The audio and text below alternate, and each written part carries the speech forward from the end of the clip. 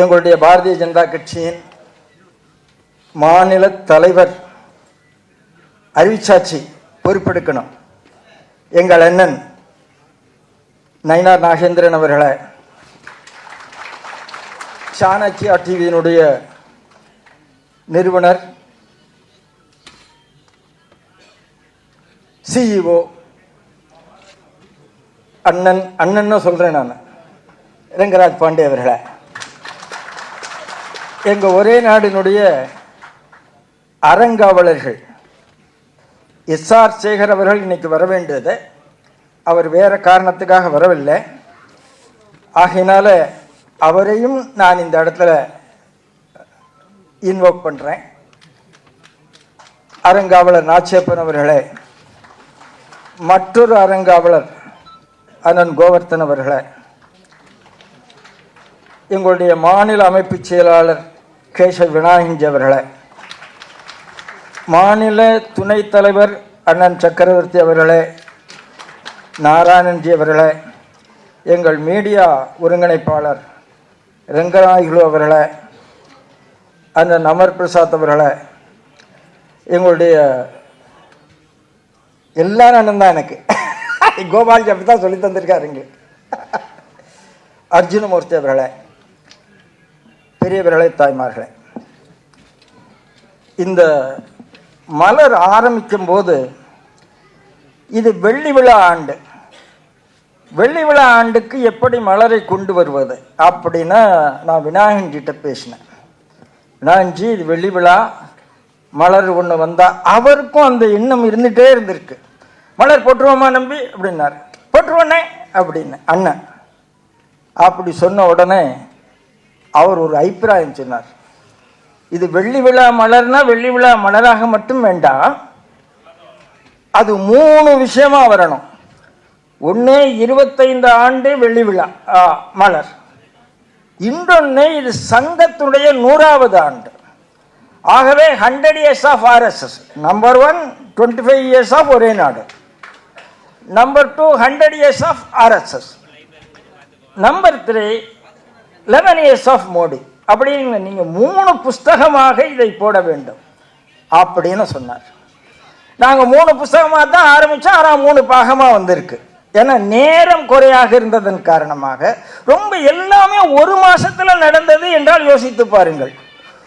1 மாசத்துல நாங்க கடந்த 25 ஆண்டுகளுடைய தொகுப்பை நாங்க வெளியில எடுத்தோம்.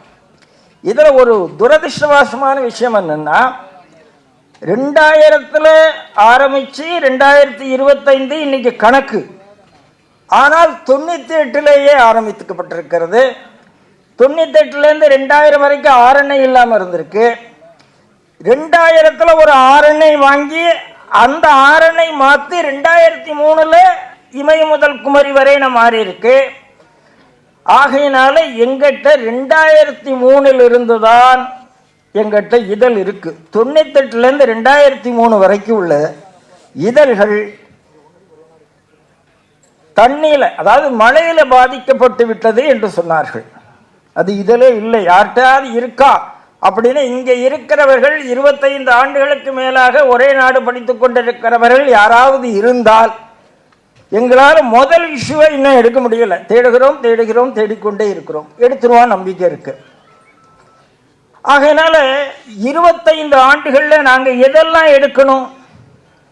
25 ஆண்டுகள்ல நாங்கள் 2016 வரைக்கும் தான் எடுத்திருக்கிறோம். 2016 அதுக்கப்புறம் ஒரே ஒரு ஆர்டிகல் எடுத்திருக்கிறோம் எங்க ஆர்கிவ்ஸ்ல இருந்து. எதுக்காகனா, நாங்க டாக்டர் எல் முருகனுடைய ஏதாவது ஒரு கட்டுரை கண்டிப்பா வந்தாகணுமேங்கிறதுக்காக அதுக்கப்புறம் உள்ள ஒரு பதிவுல இருந்து எடுத்திருக்கிறோம். அதுக்கு முன்னால உள்ள பதிவுல இலகணேசன் அவருடைய கட்டுரைகள், டாக்டர் தமிழிசையினுடைய கட்டுரைகள், வானதி ஸ்ரீனிவாசனுடைய கட்டுரைகள், பொன் ராதாகிருஷ்ணனுடைய கட்டுரைகள், தேடி தேடி ஒவ்வொருத்தரையும் யாரையும் நாங்க விட்டுறக்கூடாதுங்கிறதுனால தேடி தேடி ஒவ்வொன்றா படித்து அதில் சப்ஜெக்ட் வாரி பிரித்து எப்படி வரிசைப்படுத்தணும்னு அந்த சப்ஜெக்ட் வாரி வச்சு நீங்கள் மலரை படித்தீர்கள் என்றால் கண்டிப்பாக பாராட்டுவீர்கள்.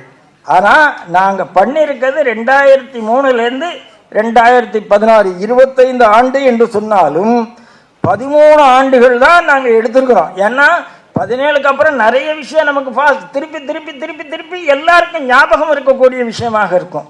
அதை நாங்கள் என்ன யோசிச்சிருக்கிறோம் என்றால், செப்டம்பர் 17 மோடியினுடைய பிறந்த நாளுக்கு இன்னொரு பெரிய மலர் போட போகிறோம். அந்த மலரில் நீங்கள் எல்லாம் அதெல்லாம் நீங்கள் கவர் பண்ணிடலாங்கிறதுக்காக அதை பண்ணியிருக்கிறோம். இந்த மலரில் நாங்கள் பலர்கிட்ட கட்டுரை கேட்டோம். எல்லார்ட்டையும் கட்டுரை வந்து கொண்டே இருந்தது. சில நேரம் வரல, அப்படி வரல. ஆனாலும் கூட முக்கியமானவர்கள் எல்லாரும் எழுதியிருக்கிறார்கள்.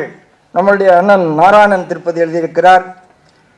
ரொம்ப அற்புதமான ஒரு கட்டுரையை நம்ம அர்ஜுனமூர்த்தி அவர்கள் எழுதியிருக்கிறார்கள். கொஞ்சம் அதை புரிஞ்சுக்கிறதுக்கு தான் கஷ்டம். அது அந்த அந்த டிஜிட்டல் டிரான்ஸ்ஃபர்மேஷன் எப்படி பண்ணணும், எப்படி பணப்பரிமாற்றம் எப்படி கொண்டு வந்தோம் என்பதை ரொம்ப அற்புதமாக அவர் எழுதியிருக்கிறார். அந்த கட்டுரை நாங்கள் இங்கே பிரசுரம் பண்ணியிருக்கிறோம்.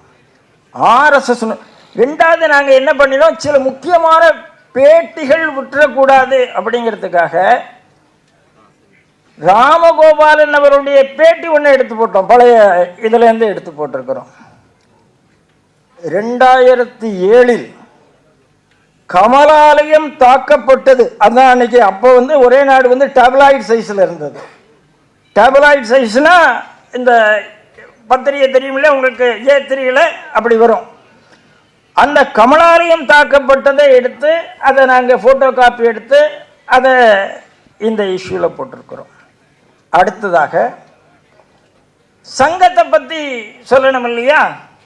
சங்கத்தை பற்றி குறிப்பாக நெருக்கடி நிலையை சங்கம் எப்படி வெற்றி பெற்றது அப்படின்னு ஒரு கட்டுரை, அருமையான கட்டுரை.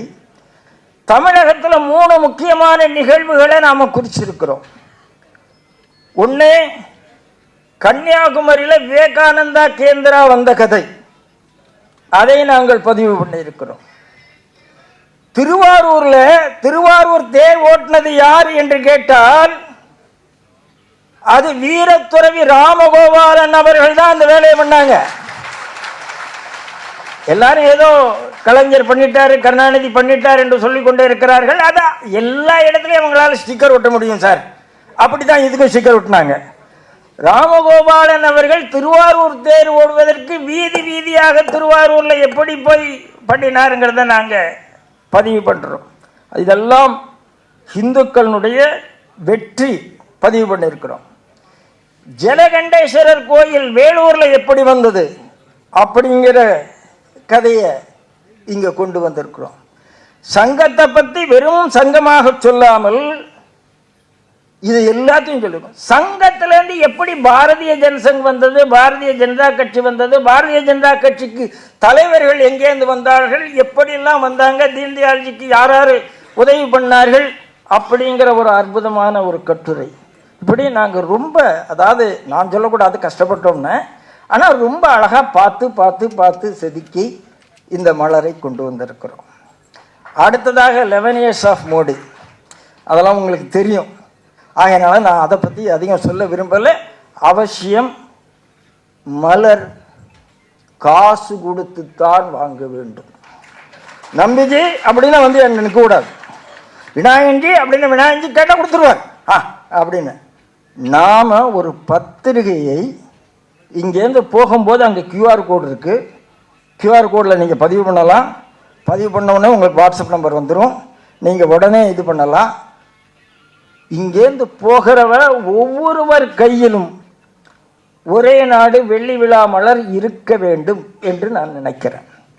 அடுத்ததாக எங்களுடைய முன்னாள் தலைவர் அண்ணாமலை அவர்கள் ஏற்கனவே சொன்னார், நீங்கள் எனக்கு ஷால் வேண்டாம், எனக்கு பொக்கே வேண்டாம், ஒரே நாடு பத்திரிகைக்கு சந்தா செலுத்துங்கள். அதை தான் நாங்கள் பின்னால் அட்டையா போட்டு எப்போதுமே கொடுக்குறோம். இப்பவும் அவர் அதே தான் சொல்லியிருக்கிறார் அவருடைய வாழ்த்தில். நீங்கள் எல்லா பத்திரிகைக்கும் விளம்பரம் கொடுக்குறீங்க, ஒரே நாடில் கொடுங்கள். நான் இந்த ஒரே நாடு இதழுக்கு விளம்பரம் கேட்கும்போது உங்களுக்கு தெரியும், எல்லாரும் நம்ம கட்சிக்காரங்க எத்தனையோ செலவு பண்ணியிருக்காங்க, தவறே சொல்ல முடியாது. ஆனால் முன்னுரிமை ஒரே நாடாக இருக்க வேண்டும். ஏன்னா ஒன்றே ஒன்று யோசிச்சு பாருங்க, இந்திய அளவில் நாம இந்த திராவிடர் கழகத்தை குறை சொல்லிக் கொண்டிருக்கிறோம், திமுகவை குறை சொல்லிக் கொண்டிருக்கிறோம். இந்திய அளவில் 50 ஆண்டுகளுக்கு மேலாக ஒரு கட்சிக்கு பத்திரிகை தொடர்ந்து நாளிதழ் வந்து கொண்டிருக்கிறதுனா அது திமுகவுக்கு மட்டும்தான் முரசொலி வந்து கொண்டிருக்கிறது. இன்னைக்கு ஓபிஎஸ் கட்சியில கூட ஒரு நாளிதழ் ஆரம்பித்து விட்டார்கள். நான் ஓபிஎஸ் கட்சின்னு கூடன்னு சொன்னா எனக்கு தெரியல, தப்பா சொல்லிட்டேன்னா மன்னிச்சிடணும். ஆனா அவர்கள் கூட நாளிதழ் நடத்தி கொண்டிருக்கிறார்கள். ஆகையினால நம்ம எஸ்ஆர் சேகர் இங்க வரவில்லை. அவர் ஒரு வாழ்த்து அனுப்பியிருக்கிறார். அவர் என்ன சொல்லியிருக்கிறார்னா, அந்த வாழ்த்துல இங்க இருக்கிற நயினார் அண்ணனுக்கு, முருகன் அண்ணனுக்கு, அவர் தம்பி, அவருக்கு தம்பி, எனக்கு அண்ணன் தான், எல்லாருமே எனக்கு அண்ணன் தான். அதனால இவர்களுக்கெல்லாம் தன்னுடைய வணக்கத்தையும் வாழ்த்தையும் ரங்கராஜ் பாண்டேவுக்கு தெரிவித்து விட்டு, நீங்கள் எதிர்பார்க்கும் மாற்றம் ஒரே நாளில் சீக்கிரம் வரும் என்று நான் உங்களுக்கு உறுதி தருகிறேன் அப்படின்னு அவர் வாழ்த்துல சொல்லியிருக்கிறார். அந்த வாழ்த்து என்னை பொறுத்தளவில் அது ஒரே நாடு தினசரியாக மலரும் என்ற வாழ்த்தாக இருக்கும் என்று நான் நம்புகிறேன்.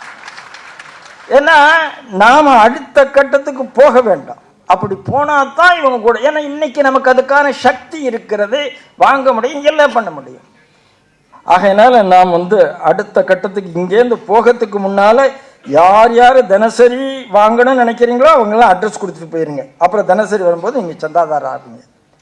கடைசியாக இந்த மேடை ஒரு வித்தியாசமான மேடை. வித்தியாசமா இல்லை, ரொம்ப சந்தோஷமான மேடை. ஏனென்றால் அண்ணன் நயினார் அவர்கள் மாநில தலைவரான உடனே வந்திருக்கிற முதல் மேடை எங்கள் ஒரே நாடு மேடை.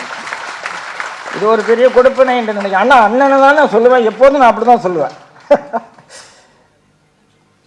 அது அவர் பக்கம். இந்த ஆண்டாள் இஷ்யூ ஒன்று வந்தது.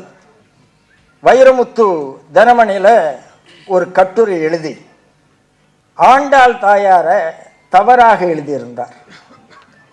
அந்த நேரத்தில் அண்ணன் நயினார் அவர்கள் பாளையங்கோட்டை ஜவஹர் மைதானத்தில் எழுதணும், பாளையங்கோட்டை ஜவஹர் மைதானத்தில் பேசும்போது இந்த ஆண்டாளை பத்தி எழுதுறவர்கள் தலை இருக்காது, அப்படிதான் சொன்னீங்க, நாக்கு இருக்காதுன்னு சொன்னீங்களா? ஏதோ ரெண்டுல ஏதோ ஒன்று சொல்லிட்டார், நாக்கு இருக்காது இல்லை தலை இருக்காதுன்னு சொல்லிட்டார். ரெண்டுமே இருக்காது. அண்ணன் மேல அப்போ ஒரு கேஸ் போட்டாங்க. கேஸ் போட்டு அவரை இது பண்ணி, அந்த நேரத்தில் அண்ணன் எப்படி அரசியல் மேடையில் பேசினாரோ அதையெல்லாம் ஊடகத்தில் இருந்து பண்ணிட்டு இருந்தது நம்ம ரங்கராஜ் பாண்டே அவர்கள். அவர் மண்ணின் கீழே அந்த ஆமாமா, அதாவது கேரளாவில் இருக்கக்கூடிய ஒரு ஆத்தரனுடைய பெயரை சொல்லி அவர்தான் ஆண்டாளை தவறாக பேசினார்னு வைரமுத்து எழுத, அந்த ஆத்தரை கண்டுபிடிச்சு, அந்த ஆத்தர் உயிரோட தான் இருந்தார். உடனே அண்ணன் அவரை பிடிச்சு, அவர் நான் அப்படி எழுதவில்லை சொல்லி இத்தனை கதை கட்டியிருக்காங்க. அண்ணன் உடனே தோல் விரிச்சு, அந்த ஆண்டாள் இஷ்யூல யாரெல்லாம் போராடினார்களோ அவர்கள் இங்கே, இவர்கள் 2 பேரும் இந்தி எழுச்சிக்கு போராடி இருக்கிறார்கள். அப்படி அவர்கள் 2 பேரும் இந்து ரத்தம். அது அண்ணன் முருகன் அவர்களை கேட்கவே வேண்டாம். அவருடைய வேல் யாத்திரை தான் தமிழகத்தில் பாரதிய ஜனதாவுக்கு பெரிய மாற்றத்தை. அதனால எல்லாருமே பேக் டு ஹிந்துத்வா, அதுதான் 2026 என்று நான் நம்புகிறேன். அதை நோக்கித்தான் ஒரே நாடு பயணிக்கும், உங்களோடு இருக்கும். இந்த நாத்திக கூட்டத்தை வேறறுக்கும். நீங்கள் எங்களோடு இருக்க வேண்டும், ஒவ்வொருவரும் சந்தாதாரராக வேண்டும். நாங்கள் நாளிதழ் ஆரம்பிக்கலாமா? இத்தனை பேர் சொல்லுங்க, ஓம் சொல்லுங்க, சத்தமா சொல்லுங்க, அரங்க மதுரமாக சொல்லுங்க, ஓம் ஓம் ஓம். உலக தமிழ் சொந்தங்களுக்கு வணக்கம். நான் ராஜவேல் நாகராஜன். பேசு தமிழா பேசு வலையொலியுடைய வளர்ச்சிக்கு நீங்களும் உறுதுணையாக இருக்கணும்னு நினச்சிங்கன்னா இந்த வீடியோடைய டிஸ்கிரிப்ஷனில் இருக்கக்கூடிய ரேசர் பே லிங்கை கிளிக் பண்ணுங்கள். அந்த லிங்க்கில் போயிட்டு உங்களுக்கு விருப்பமான தொகையை பேசு தமிழா பேசுவனுடைய வளர்ச்சிக்கு உங்களுடைய பங்களிப்பாக நீங்கள் கொடுக்கலாம். நன்றி, வணக்கம்.